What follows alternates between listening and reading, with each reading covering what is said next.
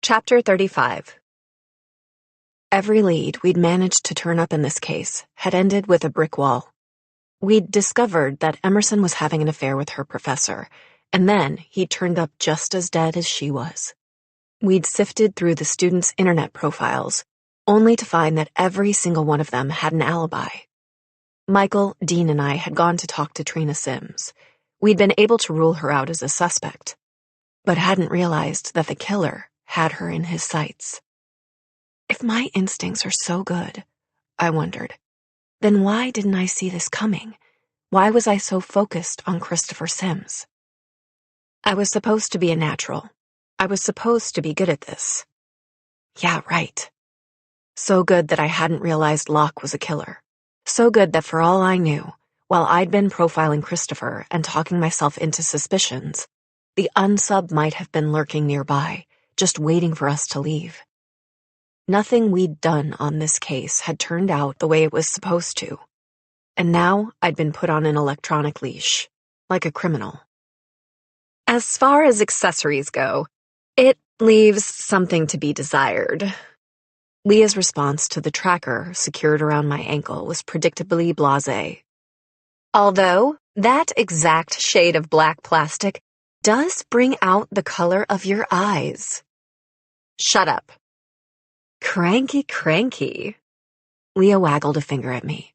I smacked her hand away. You have to admit that it's deliciously ironic, she said, stowing her waggling fingers safely away. I didn't have to admit anything. Of all of us, Leah continued, you're the least likely to be arrested. In fact, you might be the only one of us who hasn't been arrested. And yet, she gestured toward my ankle. Yuck it up, I told her. You might be next. Agent Sterling probably orders these things in bulk. Bit of a double standard, don't you think? The boys sneak out and get sentenced to each other's company. You sneak out and... Enough, I told Leah. Sitting around and talking about it isn't going to change anything. Besides, this isn't our biggest problem. Somebody still had to tell Dean what had happened to Trina Sims. We went to see her, and now she's dead. Dean summarized the entire situation in a single sentence. Temporal proximity doesn't imply causation, Sloane said, patting him on the shoulder. The Sloane version of a comforting there. That's the question, isn't it? Michael cut in. The five of us were gathered in the room the boys were now, apparently, sharing. Michael leaned back against the door jamb and crossed one ankle over the other. Was Trina already in the killer's sights, or did our visit somehow set the unsub off? Dean considered the question. Emerson's murder was fairly well planned. Flipping into profiler mode kept him from getting dragged back under to the dark place. But even when Dean was trying to distance himself from what had happened, he never stopped referring to Emerson by name. The presentation of her corpse was precise. Based on our interactions with Sterling and Briggs over the last few days, I'm guessing they don't have much in the way of physical evidence. We're looking at someone with a high level of attention to detail, all of which suggests that our killer would be methodical in selecting his victims. I closed my eyes and willed the tangled mass of thoughts in my mind to sort themselves out. If the unsub is doing this because he identifies with Daniel Redding, I said, working through the logic as I spoke, it makes sense that he would seek out someone who actually knows Redding for victim number 2. Victim number 3, Sloane reminded me. You forgot the professor. She was right. I'd left out the professor. Because even though Briggs and Sterling hadn't said a single thing about how he'd died, my gut didn't believe that the unsub had tortured the professor the way he'd tortured the females. Daniel Redding's original victims had all been female. Binding the women, branding them, that was about ownership. An unsub who identified with the method and brutality of this particular MO wouldn't relish the death of an older male the same way. The women were the main event. Fogel was just in the way. Some things you do because you want to, I thought. and some things you do because you need to. Dean didn't say anything about my omission of the professor from the victim list. He had tunnel vision of his own. Emerson was 20 years old, blonde, friendly, and well-liked by her classmates. Trina was in her late 40s, brunette, neurotic, and based on her reaction to having visitors, socially isolated, except for two people, my father and her son. Most killers had a type. What did Trina Sims and Emerson Cole have in common? Emerson's young. She's pretty. Dean's voice took on an odd hum. She's sleeping with a man who fancies himself an expert on Daniel Redding. Maybe that's why I chose her. When I profiled an unsub, I used the word you. When Dean profiled killers, he said I. Or maybe, Dean said, his lids heavy, his eyes nearly closed.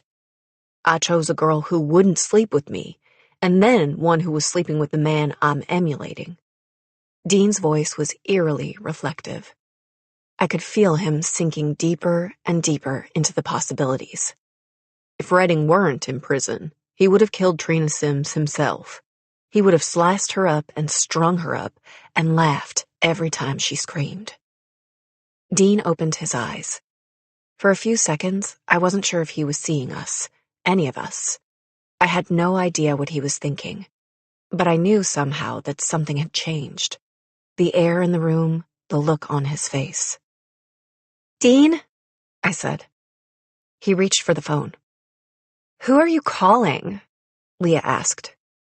Dean barely looked up. "Briggs." By the time Briggs answered the phone, Dean was pacing. "It's me," he said. Briggs started to say something back, but Dean cut him off. "I know you're at a crime scene. That's why I'm calling. I need you to look for something. I don't know what, not exactly." Dean sat down. It was the only way he could stop pacing. "Yell at me later, Briggs. Right now, I need to know if there's anything other than doilies and porcelain figures on the end tables or the coffee table at the Sims house." Dean rested his forearm on his knees and pressed his head into his arm. "Just look and tell me what you see." Silence fell over the room for a minute, maybe more. Leah sent me a questioning look, but I shook my head.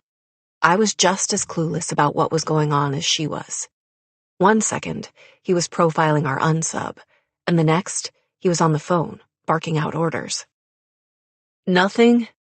Dean said. He exhaled and sat up. "No baseball cards or matchbox cars or fishing lures?" Dean seemed to be trying to convince himself more than anything else. "No books, no games?" Dean nodded in response to some query the rest of us couldn't hear, then seemed to realize that Briggs wouldn't be able to see the nod. "No, I'm fine. I just had a thought. It's nothing. I'm sure it's nothing." I could see Dean trying to stop there, trying not to say anything else. He failed.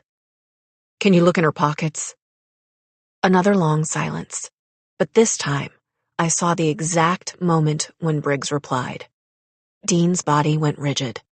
No more nervous energy, no more questions. "Well, that's not good," Michael murmured beside me. "We have a problem." Dean's voice was stiff, his posture the same. "I don't think our unsub is a copycat." He paused, then forced out a clarification. "I think my father has a partner." Chapter 36. Briggs and Sterling arrived back at the house late that night. None of us were asleep. We'd gathered in the kitchen, first to eat and then to wait. Around midnight, Judd had come in to chase us all to bed, but he'd ended up putting on a pot of coffee instead. By the time Agent Briggs and Sterling pushed open the door to the kitchen to see us crowded around the table, Sloane was just starting to wind down. The rest of us were silent, and had been for most of the night. "Contents of Trina Sims' pockets." Briggs threw a clear plastic bag lightly down onto the table in front of us. Inside the bag was a single playing card, the King of Spades. "I wanted to be wrong." That was all Dean said at first. He slid the evidence bag to the edge of the table, but didn't pick it up. I should have been wrong. What put the idea in your head? Agent Sterling sounded hoarse. I wondered if she and Briggs had spent the evening yelling orders at people, or if finding out that the man who had kidnapped and tortured her now had a partner on the outside had taken a toll. I was profiling our unsub. Dean wasn't hoarse. He spoke in slow, even tones, his fingers playing with the edge of the card through the plastic. I thought our guy might have targeted Trina Sims, because if my father weren't in prison, he would have killed her himself. It made sense, the unsubs believing that killing Trina was a step toward becoming my father. But then, Dean pulled his hand back from the card. I thought about the fact that we'd gone to see her, Cassie and Michael and me. I wasn't sure why that made a difference. Why our visit had taken Dean from thinking that this was a copycat to thinking his father was involved, but he spelled it out for us in brutal, uncompromising terms. I met her. I didn't like her. She died. Like Gloria, the woman that Daniel Redding had introduced to his young son. I told him I didn't want a new mother, and he looked at Gloria and said, "That's a shame." I wanted that to be a coincidence, Dean continued. His hands folded themselves into fists in his lap, his fingernails digging into the palms of his hands. But then I thought about the fact that, when I was in the interrogation room with my father, he knew where to look for the professor. Dean shrugged. That made sense. The professor had interviewed him multiple times. He was writing a book. Of course he might have mentioned his writing cabin. Dean turned to address the next words to Agent Briggs. We should have known. Leah picked up Dean's train of thought. He told you the truth about the professor's location, but not the whole truth. That's what he does. He deals in technicalities and half-truths, and seemingly white lies. Dean didn't turn to look at Leah, but underneath the table, I saw his hand find its way briefly to hers. She grabbed hold of his and squeezed, hard enough that I wasn't sure she'd ever let go. I always knew that he was messing with our minds, Dean said. I knew that he was manipulating us, but I should have at least considered the possibility that he was pulling our unsub strings as well. People are just puppets to him, players on his stage. You told Briggs to look in the victim's pocket. I tried to get Dean to focus on specifics.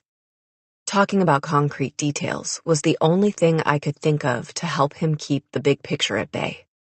How did you know there would be something there? I didn't. Dean lifted his eyes to mine.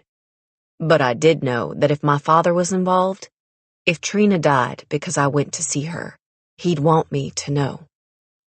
He'd want to send a message that Dean was his, that Dean had always been his. He wasn't his mother's. He didn't belong to the FBI. He didn't even belong to himself. That was the message that Daniel Redding had sent his son, all with one little card. It's not just for you, Dean. Agent Sterling had been remarkably quiet this whole time. It's for us too, Briggs and me. He wants us to know that we're playing his game. Her lips pulled back, halfway between a grimace and a hard-edged smile. He wants us to know that he's winning. She pressed her lips together, then bared her teeth. We should have seen it.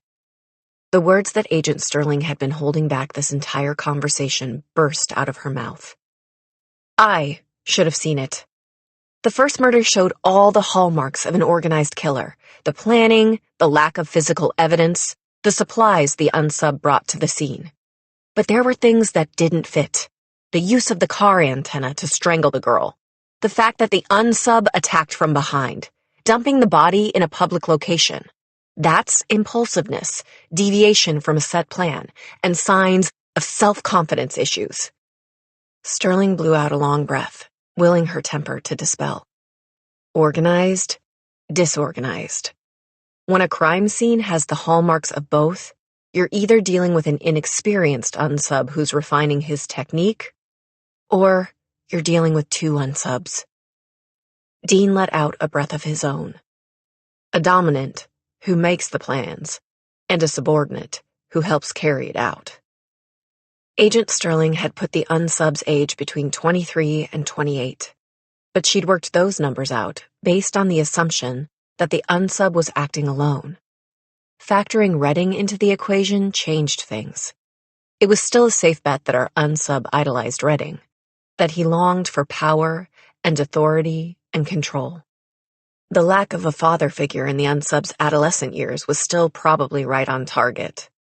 But if that was the role Redding was playing for the unsub, what was Dean's father looking to get out of it? The same thing Locke wanted from me. Suddenly, I was back at the safe house. Dean was lying unconscious on the floor. Michael had been shot. And Locke wanted desperately, madly, for me to take the knife. She'd wanted me to be like her. She'd wanted me to be hers. At least she'd seen me as a person. To Daniel Redding, Dean was a thing, a marvelous creation, purely his body and soul. Maybe Redding was looking to recreate that with our unsub. Or maybe this whole case had just been a way to remind his wayward son who was in charge, to force Dean to come and see him face to face. We should adjust the lower end of the age range for our unsub. I sounded calm, the way I always did when this part of my brain took over, converting even the most horrifying and personal situations into a puzzle to be solved. To 17. I didn't explain my reasoning, but I saw the second that the meaning behind those words registered to Dean. He was 17. Briggs stared at me for a few seconds. What are you thinking? He could have told me that this wasn't our unsub. He hadn't. I waited for Agent Sterling to object. She didn't. This was the heat of the battle. We weren't dealing with a copycat. We were dealing with the man who had held Agent Sterling captive, tortured her. Redding was playing mind games with her from behind bars. He was playing with Dean. I didn't dwell on it, or think about how Agent Sterling would feel about all this a day from now, or a week, or a month. I turned back to Agent Briggs and answered his question. Our unsub and Redding aren't partners, I said. Men like Daniel Redding don't have partners. They don't think they have equals. I searched for the right word. The person we're looking for isn't a partner, I said finally. It's an apprentice. Chapter 37. The next morning, Agent Briggs brought Leah a DVD. Recordings of every meeting we've had with Redding since this case started, he told her. They're all yours. Leah snatched the DVDs before Briggs could rethink the offer. Beside him, Sterling cleared her throat. You don't have to do this, she said. The director has approved your involvement on this case, but you're allowed to say no. You don't want us to. Michael took in the way she was standing, the look on her face. You hate that you're even asking, but you hope to God we say yes. I'm in. Leah cut Michael off before he could read the agent any further. So is Cassie, and so is Sloane. Sloane and I didn't contradict her. I don't have anything better to do, Michael offered. His tone was casual, but his eyes were glittering with the same emotion I'd seen in him when he'd pulled Dean off of Christopher Sims. No one played games with the few people in this world he cared about. Leah, Michael, and Cassie, you'll be in the media room, going over these interviews with a fine-tooth comb. Briggs issued orders curtly and efficiently. Redding thinks he has the advantage here. That changes today. Agent Sterling focused her attention on Dean. If you're up for it, she said, her voice quieter than it had been when she'd spoken to the rest of us. Briggs is going to see your father. Dean didn't say anything. He just pulled on a lightweight coat over his battered white t-shirt and turned toward the door. Sterling turned to Briggs. I guess that means he's up for it. Asking Dean to do this had hurt her. But doing nothing, doing anything less than everything she could to put an end to this would have hurt her more. Agent Sterling wasn't wearing makeup. Her shirt wasn't tucked in.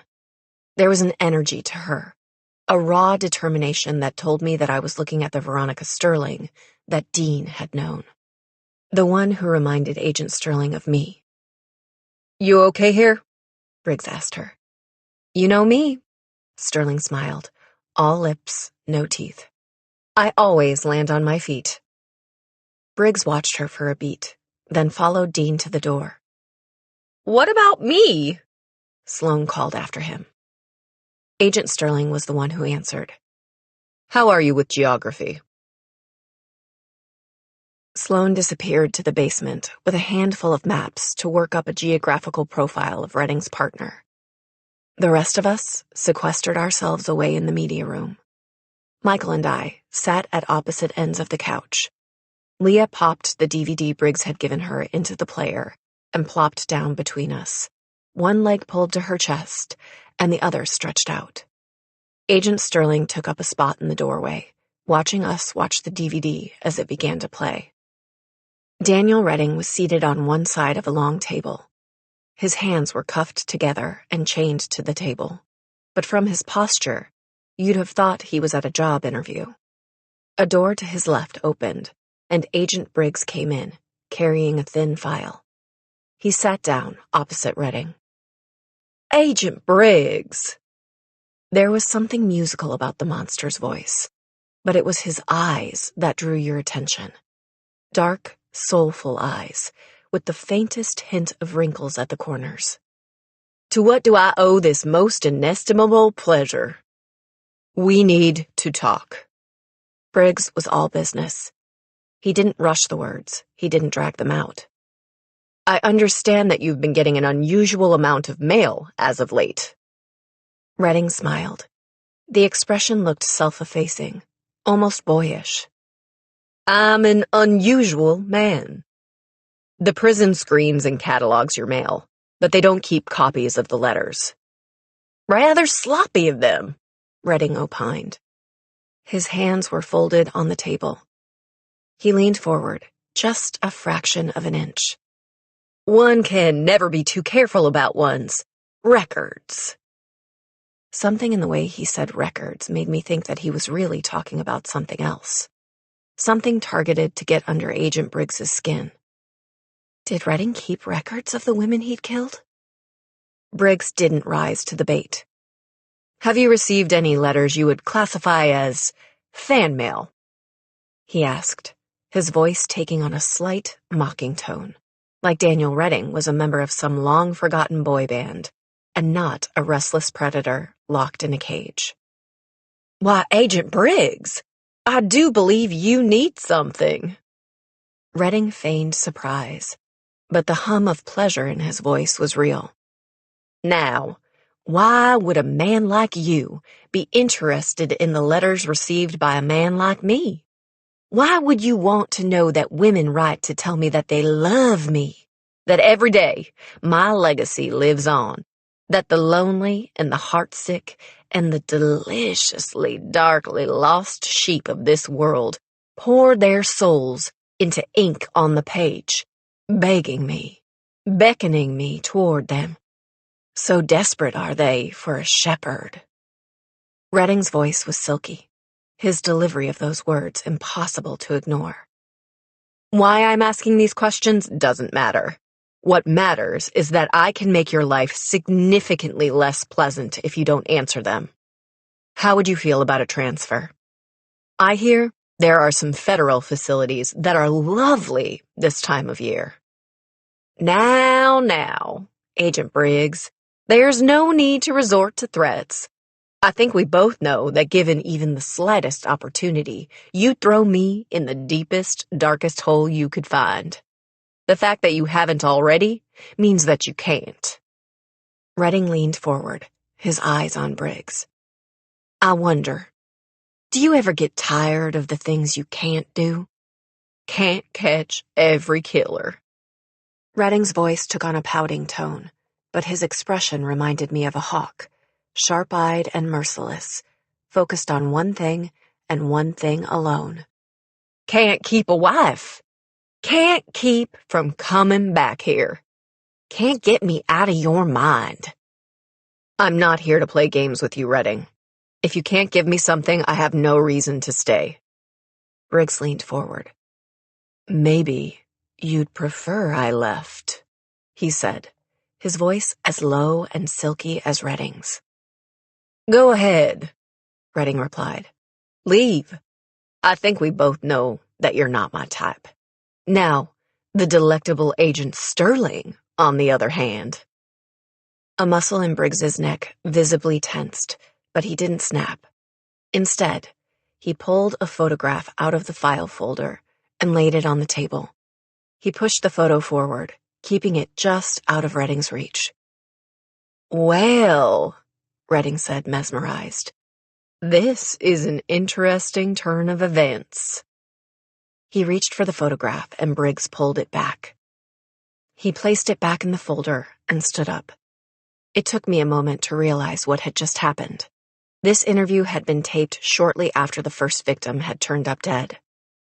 I was willing to bet a lot of money that Briggs had just showed Redding a photograph of Emerson's body. I could see in the killer's eyes that he wouldn't be able to tamp down the desire to see it again. They say that imitation is the sincerest form of flattery. Redding's gaze was no longer on Briggs's face. It was on the folder. Where was she found? Briggs took his time answering the question, but ultimately doled out the answer, just enough to whet Redding's appetite for more. Colonial University, the president's front lawn. Redding snorted. Showy, he said. Sloppy. His eyes were still on the folder. He wanted to see the picture. He wanted to study it. Tell me what I want to know, Briggs said evenly. And I'll tell you what you want to know. Briggs was counting on Redding's narcissism. He assumed the man would want to know everything he could about this imitator. What Briggs didn't know, and what we knew now, was that Redding wasn't criticizing the work of an imitator.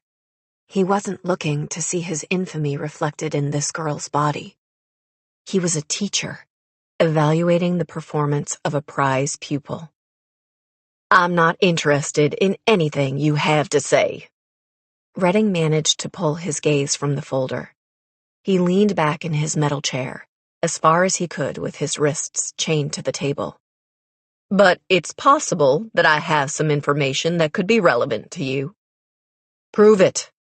Briggs threw down the challenge, to no avail. I want to talk to my son, the killer said flatly. You've kept him from me for 5 years. What reason could I possibly have to help you? Basic human decency, Briggs suggested dryly. If there were anything human or decent in you, maybe your son would want to see you. Doubt thou the stars are fire, Redding responded in a sing-song tune.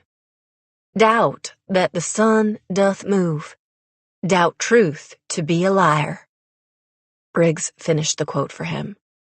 But never doubt I love Shakespeare. He stood, gathering his things and slamming the door on the conversation. You're not capable of loving anyone but yourself. And you're not capable of letting this go. Redding smiled again, equal parts serene and smug. You want me to talk? I'll talk. I'll tell you who's been writing to me and who's been a very, very bad boy. I'll lay out everything you want to know. But the only person I'm talking to is Dean. The screen went black. Redding and Briggs were gone, replaced a moment later by an eerily similar scene, except that this time, Dean was the one sitting opposite his father, and Briggs sat adjacent to Dean. Dean! Redding relished the word. You've brought me a gift, Agent Briggs, he said, never taking his eyes off his son. Someday, I will return the favor. Dean stared at a spot just over his father's shoulder. You wanted me here. I'm here. Now talk. Redding obliged. You look like your mother, he said, drinking in Dean's features like a dying man in the desert. Except for the eyes. Those are mine. The way Redding said the word mine made my stomach roll. I didn't come here to talk about my mother. If she were here, she'd tell you to get your hair cut. Sit up straight. Smile every once in a while. Dean's hair fell into his face. His eyes narrowed to slits beneath it. There's not much to smile about. Don't tell me you've lost the taste for life already, Dean. The boy I knew had so much potential.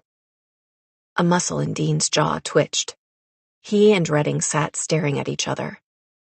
After a full minute of silence ticked by, Dean's eyes narrowed and he said, "Tell me about the letters." This was where Agent Sterling and I had come in the first time around. It was harder to watch the second time. Dean trying to get his father to part with some scrap of information. Daniel Redding sparring with him verbally, bringing the topic back to Dean again and again. I want to know about you, Dean. What have those hands been doing the past 5 years? What sights have those eyes seen? You knew Briggs would come to see you as soon as the first body turned up. You knew that Dean would come if you refused to talk to anyone else. You planned this, step by step. I don't know what you want me to say. On the screen, Dean's voice was getting louder, more intense. There's nothing to talk about. Is that what you want to hear? That these hands, these eyes, they're nothing? They're everything. This time, I could see a manic intensity in Redding's eyes. He looked at Dean, and the only thing he saw was himself. A god, not subject to man's laws, above things like empathy and guilt. I thought about the card that Briggs had found in Trina's pocket, the King of Spades. Redding wanted immortality. He wanted power. But more than anything, he wanted an heir. Why now? I thought. Why is he doing all of this now? He'd sat in that prison for 5 years. Had it taken that long to find someone to do his bidding on the outside? Or had something happened to push him into doing this? On the screen, Dean's father had just asked if there was a girl. Dean denied it. Redding called him son, and Dean said the 5 words that triggered the man to lash out. I am not your son. Even knowing it was coming, the sudden rush of violence took me off guard. Redding's fists were buried in the front of Dean's shirt. He jerked him close and told him that he was and would always be his father's son. You know it. You fear it. This time, I saw the instant Dean snapped, the moment when the anger that Michael had told me was always present beneath the surface bubbled up and overflowed. Dean's face was like stone, but there was something wild in his eyes as he grabbed his father, pulling him halfway across the table, as far as the other man's chains would allow. This time, as Briggs broke up the fight, I saw Redding smile. He'd gotten what he wanted, a hint of violence, a taste of Dean's potential. My eyes were riveted on the screen. This was the last thing I'd seen the first time around. Briggs waited a moment or two to make sure Dean was finished before he backed off. But I noticed that this time, he didn't sit, positioning himself just behind Dean. Where is the professor's cabin? Briggs asked. Dean's father smiled. Catoctin, he said. I don't know anything more specific than that. Dean asked 2 or 3 more questions, but his father didn't have anything else useful to say. We're done here, Briggs said. Dean stood. His father remained sitting, perfectly relaxed. Briggs put a hand on Dean's shoulder and began steering him out of the room. Have you ever told Briggs precisely what you did to his wife, Dean? Daniel Redding didn't raise his voice, but the question seemed to suck all the oxygen out of the room. Or does he still think it was me who drew the knife slowly down her shoulders and thighs?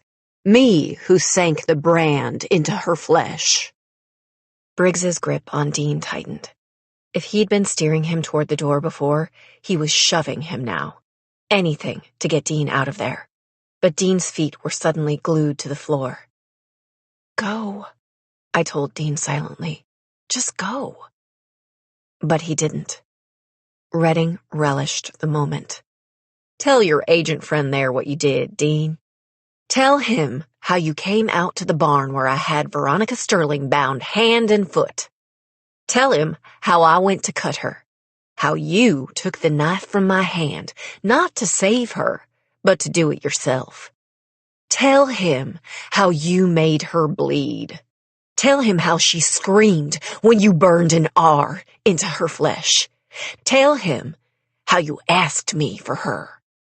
Redding closed his eyes and tilted his head toward the ceiling, like a man offering thanks to his gods.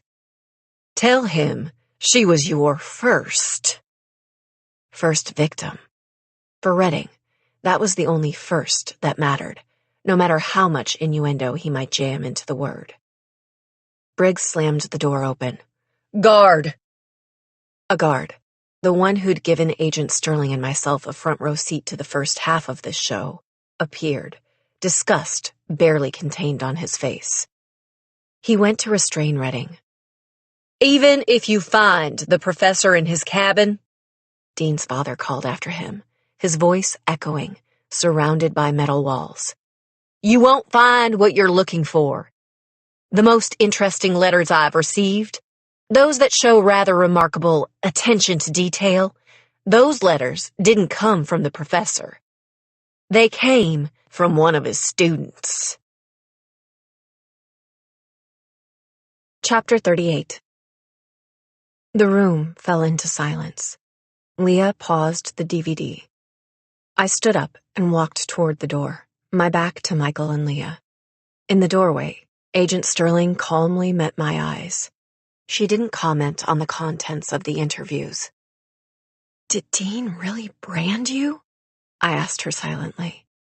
Did Dean, our Dean, torture you? She had no answers for me. I only caught Redding in one lie. I turned back toward Leah, hoping that she'd tell me what I wanted to hear, that Redding had lied about Dean. When he told Briggs that he wasn't interested in anything he had to say, that wasn't true. He wanted to know everything about Emerson Cole's murder. He was hungry for the details, which means that he didn't have them already. Whoever his protege is, our unsub didn't exactly record the nitty-gritty and send them to his good old sensei. That's it? I asked Leah. Everything else he said was true? Leah looked down at the ground. Everything. That means that he did get some remarkable letters from a student in Vogel's class, I said. To a man like Redding, attention to detail probably means some pretty explicit descriptions of violence. And yet, Michael chimed in, every student in that class has an alibi. Misdirection. Leah said the word lightly, but I heard the bite buried in her tone. You can deceive people without lying. Liars are like magicians. While you're watching the beautiful assistant, they're slipping the rabbit out of a sleeve. Watching these interviews, particularly the one with Dean, had been almost physically painful. I refused to believe that we'd learned nothing about this case. So assume everything about the letters and the professor was the beautiful assistant, I said. What's left? What did we learn? Other than the fact that Redding claims that Dean tortured Agent Sterling himself. Daniel Redding's emotions are flat. Michael dangled his legs over the edge of the couch, and I knew that, like me, he was avoiding the elephant in the room. He doesn't feel fear, ever. He can feel pleasure, but not happiness. No regret, no remorse. Most of the time, his expression is dominated by more cerebral emotions.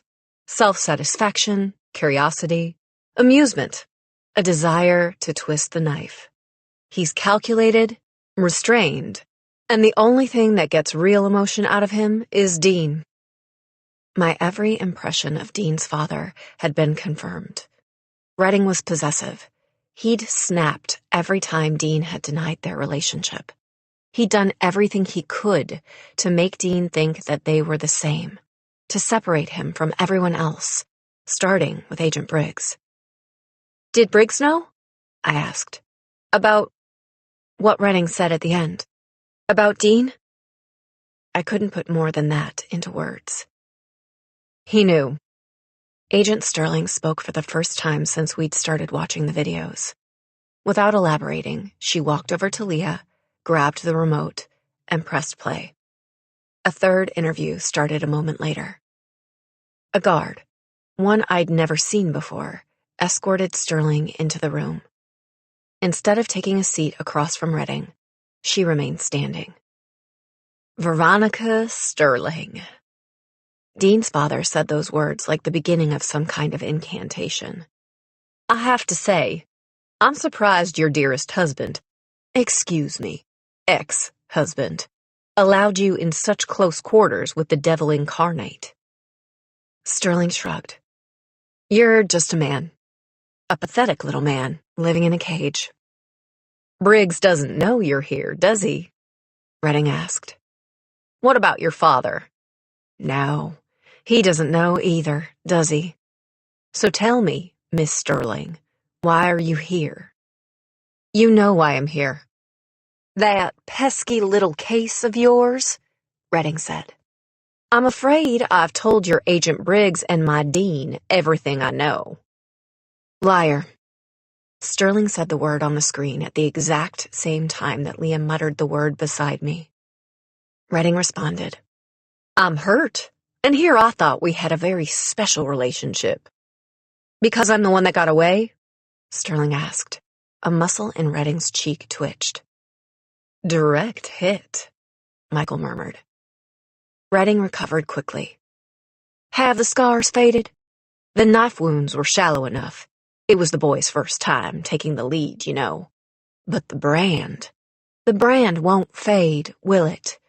You'll have my initials stamped into your flesh for the rest of your life. Can you still smell your scorching skin? Can you feel it? No, Agent Sterling said, taking a seat. To my surprise, she reached up and lowered her shirt, exposing the scar. Redding's lips parted. Correction, Michael commented. There are two things that bring out real emotion in Daniel Redding. I wasn't the expert Michael was with emotions, but I could see it too. The way the convicted killer was singing hallelujah with his eyes. Agent Sterling let her own lips part and traced the letter on her chest. For the first time, she was firmly in control of this interview. He should have seen the steel in her expression, but he didn't. This isn't your initial, she said, dropping her voice to just above a whisper. This is Dean's initial. We knew you were listening. We knew you'd be back to check his work, and that the only way you'd believe that he didn't have ulterior motives was if there was proof. Her finger made another loop of the R. I told him to do it. I begged him to. I made him promise to.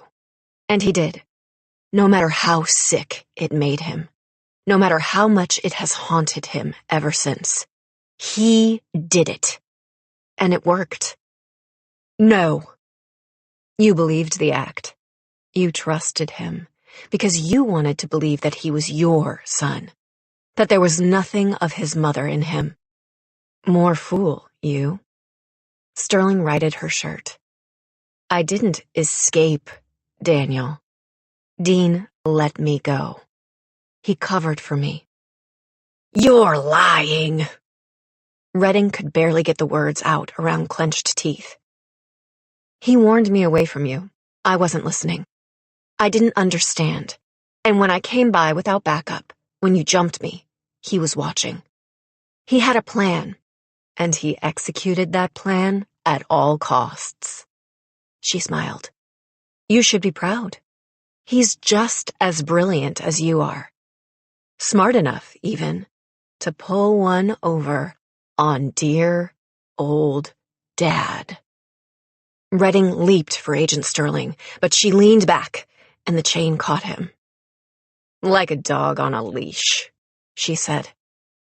"I will kill you."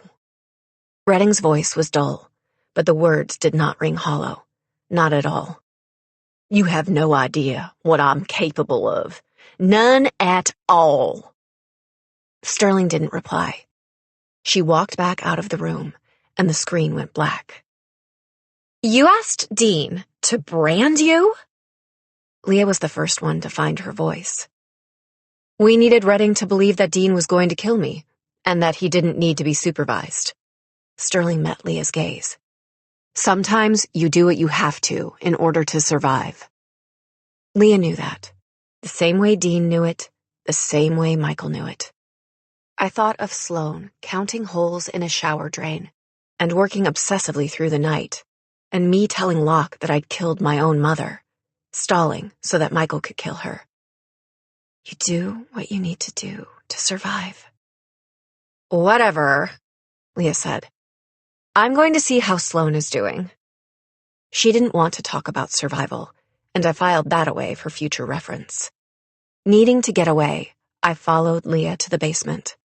We found Sloane sitting in the middle of a fake foyer, maps and geographical surveys spread out all around her. "Found anything?" I asked. Sloane lifted her head from the maps, but her eyes didn't quite focus on us. She was still stuck in her head, calculating something, her thoughts loud enough that the rest of the world just faded away. Leah nudged her with the tip of her toe. Sloane snapped out of it and met Leah's eyes.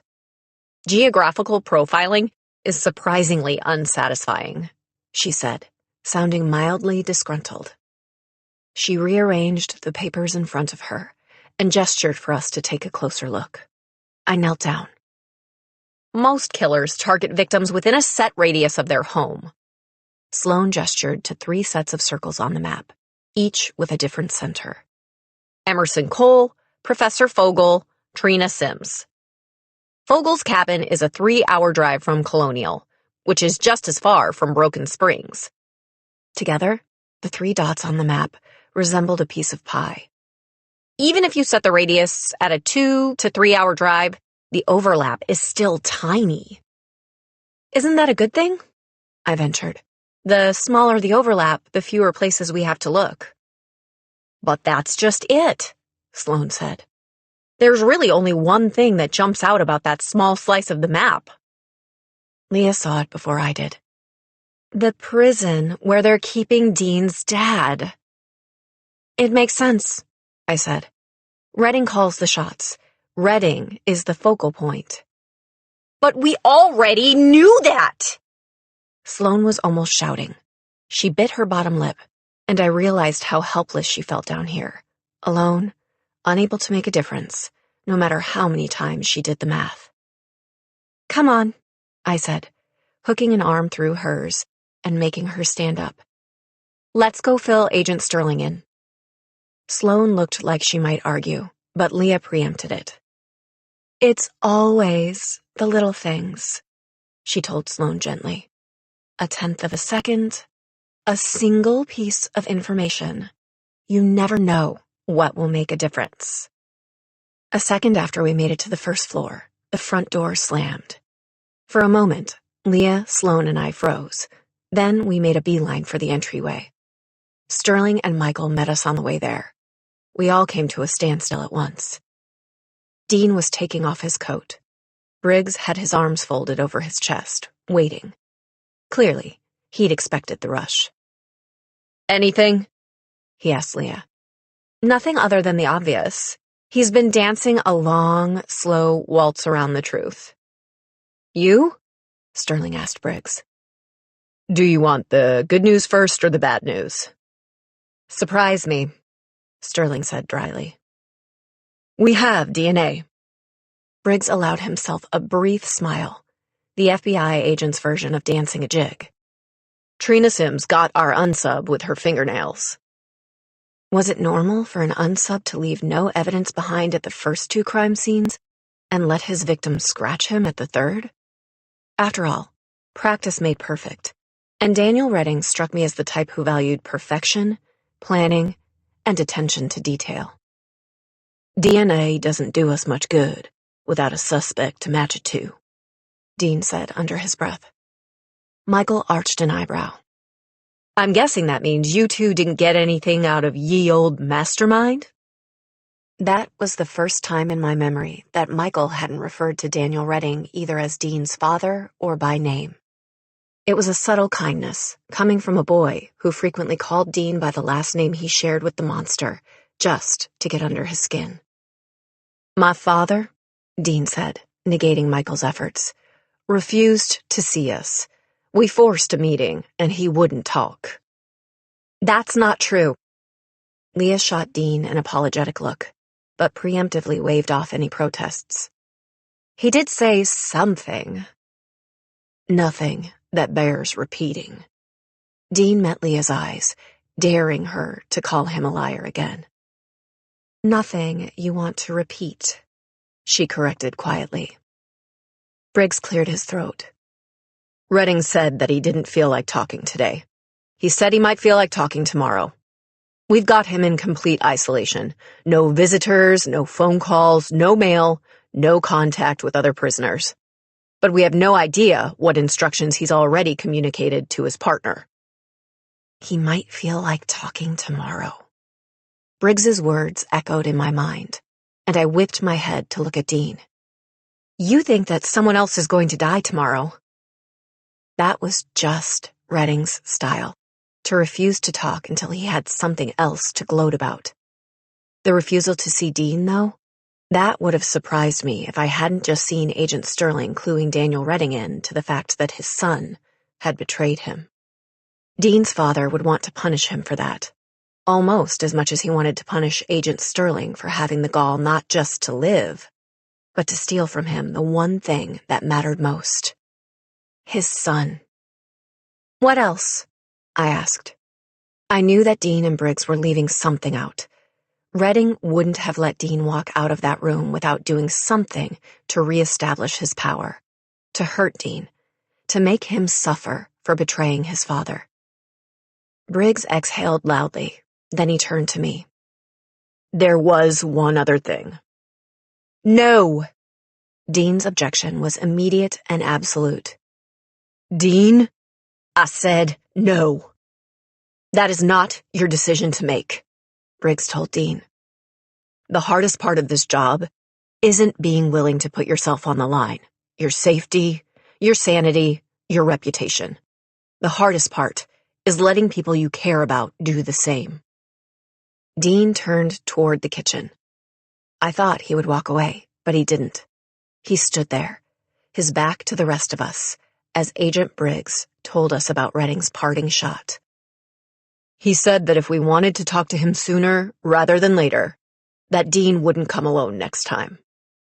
He wasn't alone, I replied, wondering if Redding had been angling for another visit from Sterling. If you're going to tell them, you may as well tell them exactly what he said. Dean turned back around. He tried to look at Michael, at Sterling, at Briggs, anywhere but at me. He failed. He said, next time, bring the girl. You. A mistake. That's what this is. Not the fact that Trina Sims is dead. That was part of the plan. But leaving evidence behind? Sloppy. Stupid. Unworthy. It won't happen again. You'll make sure of that. There won't be any more mistakes. Hidden in the shadows, you slide your finger along the flat side of the knife. You cut the perfect length of rope. The brand is heavy in your hand. You swing it once through the air like a baseball bat. You imagine the satisfying thunk of metal hitting skull. No, that's not how it's done. That's not what you are going to do in 5, 4, 3, 2. What are you doing here? You take a swing with the brand. Down your quarry goes, and you don't regret it. Bind them, brand them, cut them, hang them. No one said you couldn't knock them out first. You toss the brand to the ground and take out the zip ties. Emerson Cole was an assignment, but this is going to be fun. Chapter 39. How does Redding even know there is a girl? Director Sterling paced the length of the kitchen, past Briggs, past his daughter, past all of us until he came to a stop in front of Dean. He asked. Dean answered flatly. I told him there was no one. From the kitchen table, Judd kept watch over Director Sterling as the director's weighty gaze settled on Dean. So either Redding didn't believe you, he knows something, or he's playing the odds.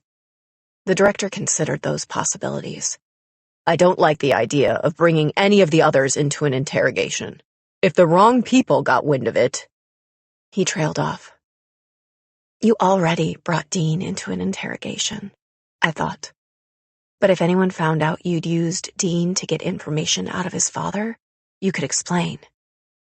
Can't say I'm too fond of the idea of putting any of you in a room with a serial killer either, Judd commented, nursing his coffee. Not that anyone asked. However, the director continued, ignoring Judd, I could put another call in to the warden. If we can install our own people as security and clear the cell block of prisoners and guards, I'm willing to entertain the idea of sending one of the girls in. Me, I said, speaking for the first time since Briggs had told us about Redding's request. It has to be me. I was the one who'd gone with Dean to Broken Springs. If the unsub had managed to communicate that to Redding, I was the one he wanted. I could do it. Leah didn't bother prefacing those words with anything else. Daniel said he'd talk if you brought the girl. He never said which one. Leah. Dean said her name quietly. She turned around in her seat to face him. If I don't want Cassie in a room with him, what makes you think I would be any happier putting you on the chopping block? I can take care of myself. Leah sounded remarkably like Dean. The words were simple and soft, with none of her normal flair. And I can't? I asked, insulted. Maybe I should go, Sloane said thoughtfully. No, everyone in the room, including the director, said at once. I know jujitsu, Sloane cajoled. And besides, from what I've gathered, this particular witness specializes in mind games and subtle suggestion, and that won't work on me. I get numbers and facts and the literal meanings of words. Subtle gets lost in translation. No one could argue with Sloane's logic. I can probably offend him without even trying to. Sloane was sounding altogether too enthusiastic now. If things get too intense, I'll tell him some statistics about domesticated ferrets. That's, a very generous offer, Sloane. But I'd prefer you stay behind the scenes. The director's voice came out somewhat strangled. There's a two-way mirror. Once we've secured the area, there's no reason the rest of you can't observe. I can think of a few. Judd set his coffee down. With all due respect, Judd, the director replied tightly. This is FBI business. And Judd wasn't FBI. After a tense moment of silence, our caretaker stood and walked out of the room. Cassie, Dean, and Briggs will go in, the director declared in the resulting silence. Why? Dean took a step toward the director. Why send anyone in? We haven't gotten a thing out of him, and we're not going to. He's going to play with us, and someone else is going to die. We're wasting time. We're doing exactly what he wants. He's on edge, Agent Sterling responded before the director could. He's a narcissist. If we give him enough rope, he'll hang himself, Dean. I guess that's why he was so easy to catch the first time, Dean retorted. I went to see him. I riled him up, and that's going to work to our advantage. Agent Sterling took a step toward Dean. He doesn't just want to win this game. He wants to win in a way that haunts us. And that means that if he thinks he's got the upper hand, he will tell us something. There will be clues, because he will want me up at night 5 years from now, wondering why I didn't see it. You won't have to see it, Michael interjected. He looked at Leah. If we're on the other side of that glass, we will. What happened to keeping us out of this case? Dean appealed to Agent Sterling, his voice hard. Wasn't that what you wanted? For us to be normal and safe? That was a low blow.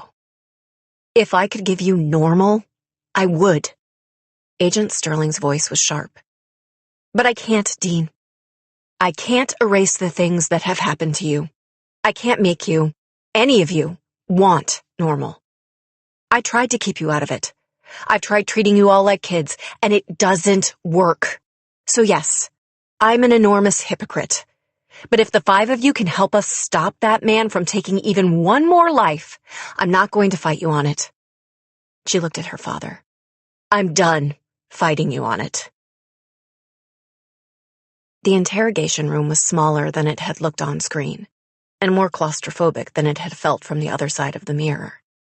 Dean, Briggs, and I arrived first. One of the agents on Briggs's team, who I recognized as Agent Vance, went to get Dean's father from the prison officials. Once the director had pointed out that Redding's involvement on this case had happened under the warden's nose, the warden had been accommodating, a nice contrast to what Agent Sterling and I had dealt with on our last visit. I took a seat at the table and waited for Dean and Briggs to sit down beside me. They stayed standing, hovering over my shoulder like a pair of Secret Service agents flanking the president. The door to the room opened with a creak, and it took everything in me not to turn and track Daniel Redding's progress from the door to the table. Agent Vance fixed the chains, tested them, and then stepped back. So, Redding said, eyes only for me, you're the girl. There was a musical quality to his voice that hadn't come across in the recordings. You're quiet, Redding commented, and pretty. He flashed me a subtle smile. Not that pretty, I said. He tilted his head to the side. You know, I think you believe that. He paused. Modesty is such a refreshing trait for someone in your generation. In my experience, most young people overestimate their traits and abilities. They get too confident too quickly. The DNA under Trina Sims's nails, I thought. There was no way that Redding could know about that. And yet, I was aware that there were 2 layers to this conversation. The obvious, and what lay underneath. Agent Briggs put a hand on my shoulder, and I turned my attention to the list of questions in front of me. Agent Sterling's list. I have some questions, I said. If I ask them, will you answer them? I'll do you one better, Redding told me. I'll tell you the truth. We'd see about that. Or more specifically, Leah would see about that from her position behind the 2-way mirror. Let's talk about your partner, I said. Partner isn't the word I would have chosen. I knew that, and I'd used it on purpose. Agent Sterling had suggested that it was to our benefit if Redding thought he was in charge. Let him think me an ordinary girl, not an adversary. What word would you use? Let's go with apprentice. Is your apprentice a college student? I asked. Redding didn't hesitate, not even for a second. Yes. Is your apprentice someone who's never been to college? If Redding thought it odd that I was asking 2 versions of the same question, he gave no indication of it. Yes. Is your apprentice under the age of 21? Yes. Is your apprentice over the age of 21? He smiled. Yes. Is your apprentice someone you met through the mail? Yes. Is your apprentice someone you met in person? Yes. There were more questions. I asked them. He answered in similar fashion. When I reached the end of Sterling's questions, I spent a second hoping that Leah would be able to tell us which answer in each pair had been true and which had been the lie. Any other questions? Redding asked. I swallowed. I was supposed to say no. I was supposed to get up and walk out of this room, but I couldn't. Are you trying to replace Dean? I asked. It was hard to look at him and not see Locke and the way she'd fixated on me. No, a man does not simply replace his finest work. Redding smiled. My turn. Do you care for my son? Yes. I kept my answer short. Why did you want me to come here? Because if you're a part of Dean's life, you're a part of mine.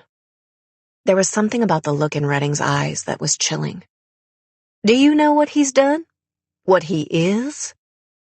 I could feel Dean stiffening behind me, but I didn't give in to the urge to turn around. I know about Veronica Sterling. I know about Gloria and all the others. That wasn't quite true, but I let Redding think that Dean had told me everything. And you don't care? Redding said, tilting his head to one side and staring at me, into me. You're drawn to darkness. No, I said. I'm drawn to Dean, and I do care, because I care about him. My turn, and you owe me 2 questions. Ask away.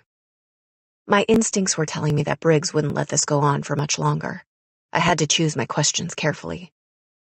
How do you choose who dies? I asked. Redding put his palms flat on the table. I don't. He was lying. He had to be. The only connection between Trina Sims and Emerson Cole was that they both had a connection to Redding. I believe I owe you one more answer. Fine, I said. Tell me something I don't know. Redding chuckled. I like you, he said. I do. I waited. Give him enough rope, I thought, and he'll hang himself.